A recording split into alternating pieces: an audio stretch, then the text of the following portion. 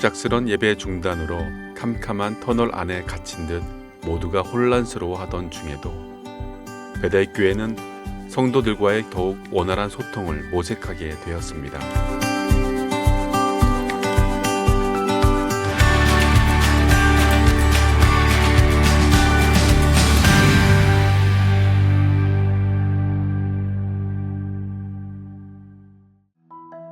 이게 이제 저희들이 본격적으로 홍보했던 건데요. 이걸 통해서 베델의 모든 성도님들이 카톡 채널 추가하게 하시고, 그래서 이 페이지가 저희가 최초로 교회가 이제 공식적으로 문을 한 달 동안만 닫겠다고 저희들이 성도님들에게 안내문을 드렸던 그 시점입니다. 이제껏 아무도 시도해보지 않았던 카카오 채널을 오픈하여 팬데믹으로 교회에 나오지 못하게 된 성도들을 위해 실시간 업데이트되는 교회 소식을 신속히 전달받을 수 있게 하였고, 또한 온라인으로 베델교회에 처음 접속하신 분들에게 공간의 제한을 뛰어넘어 베델의 사역을 펼쳐 보이게 되는 중요한 출발점이 되기도 했습니다. 카톡 채널은 담당하실 수 있는 분이 많지가 않아요. 왜냐하면 교회 전반적인 사역도 알아야 되고, 그리고 이게 놓치면 큰일 나거든요. 매일같이 나가야 되는 거니까 사실은 우리 목사님들이 직접 뛰고 있습니다.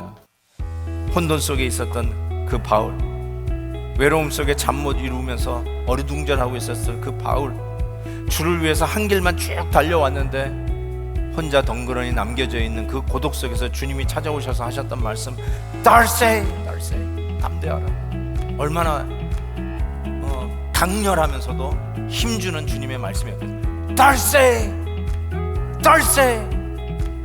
시간이 갈수록 기승을 부리는 바이러스에 의기소침해 있던 성도들은 성령이 이끄시는 베델 행전을 통해 불같은 시험 중에도 말씀으로 서로를 응원하고 격려하던 초기 크리스찬들의 인사, 달세를 외치며 언제 끝날지 모를 팬데믹에도 말씀으로 무장하여 용기를 잃지 말자는 다짐을 하게 되었습니다.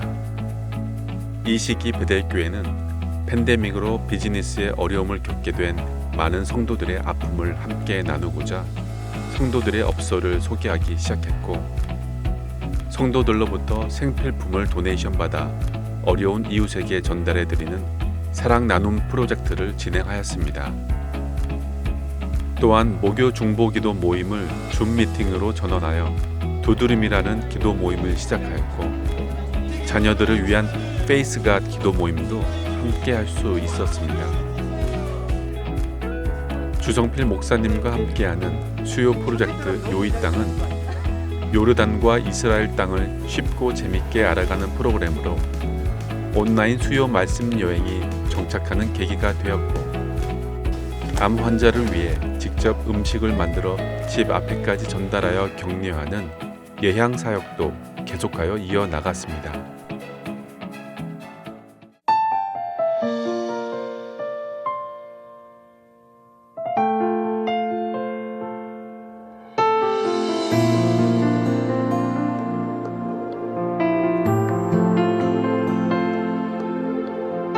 사랑하는 베델 가족 여러분, 지난 3월 14일 우리 교회 역사에 전례 없는 예배당 문을 닫는 일을 결정한 이래 오늘 100하루 만에 다시 공식적으로 예배의 문을 열게 되는 이 날이 얼마나 감격스러운지 모르겠습니다.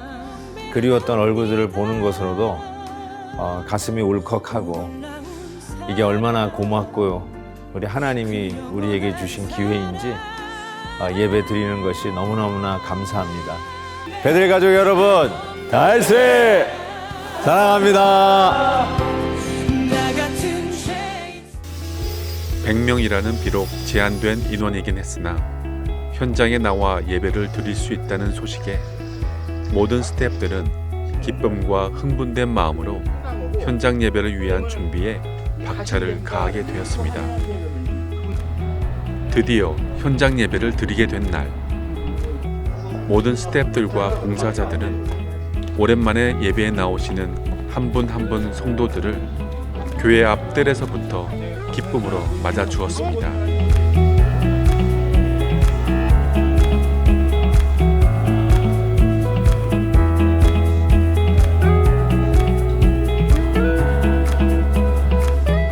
현장 예배에 나오시는 성도들의 안전을 위해 IT팀에서는 좌석 배치를 위해 QR코드 시스템을 교회 실정에 맞게 새로 개발하였고, 성도들은 사전 등록을 통해 QR코드를 받아 예배에 참여할 수 있게 되었습니다. 이 시스템에 담아야 될 내용은 당시에 온라인으로 성도분들이 예배를 참가를 신청을 하고 제한된 인원이 제한된 좌석에 지정된 좌석에 앉아야 되는 기능이 있어야 됐고 그 참석 가능 여부를 QR코드로 받아서 통보를 해주고 또한 예배 당일날 체크인을 해서 그 내역이 시스템에 히스토리로 남아야 되는 그런 일련의 업무 요건들이 있었고요. 이제 먼저는 그렇게 한 이유 중에 하나가 만에 하나 무슨 일이 생겼을 때 코로나 확진자가 많이 생겼다면 그분 주위에 앉으셨던 분이 누구신지 그러한 어떤 것을 저희들이 트래킹을 하기 위해서 이제 그렇게 했었거든요.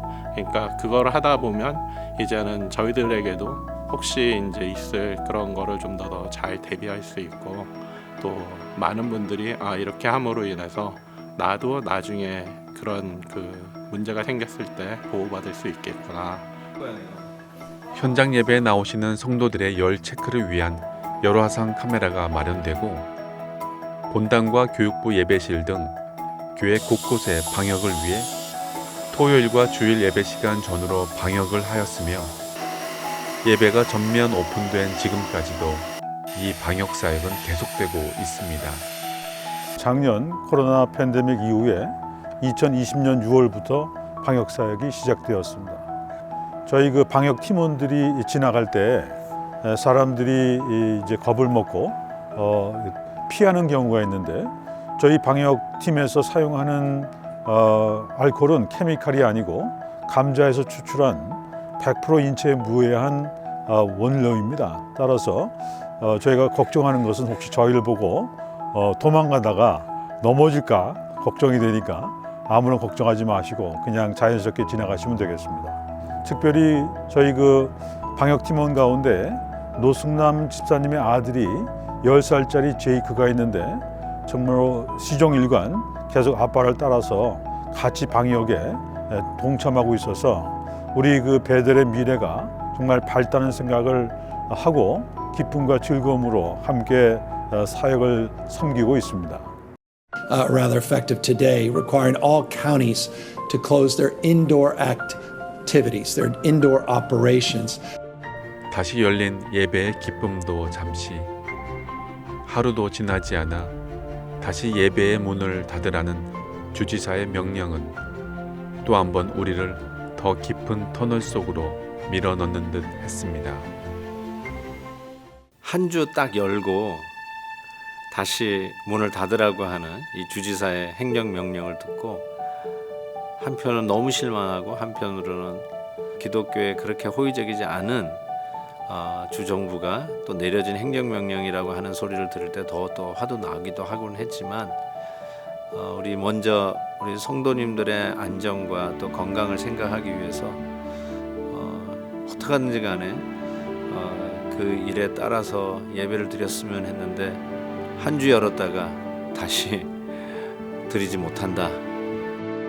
계속되는 코로나 상황 가운데서도 어떻게 해서든 성도들과의 소통을 이어가며 소수의 인원이라도 모여서 예배 드릴 수 있기를 고심하던 베델교회는 두 번째 굳게 닫힌 예배의 문 앞에서도 돌아서지 않았습니다.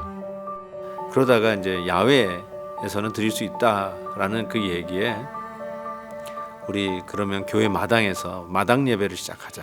그러면서 우리 목회자들이 해지는 무렵에 예배를 시작해야 된다.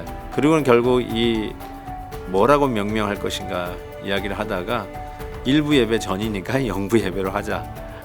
야외에서 예배를 드릴 수 있다는 희망적인 소식이 들렸습니다. 처음으로 드리는 콜트야드에서의 예배를 통해 다시 한번 성도들을 만날 수 있다는 기대를 해봅니다.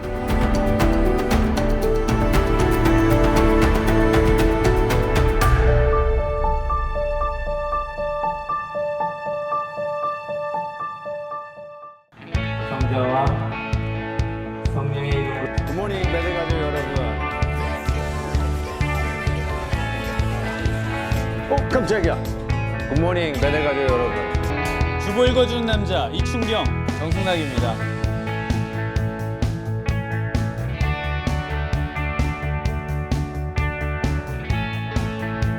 섞어서 가장 바닥에서 하나를 아이패드 직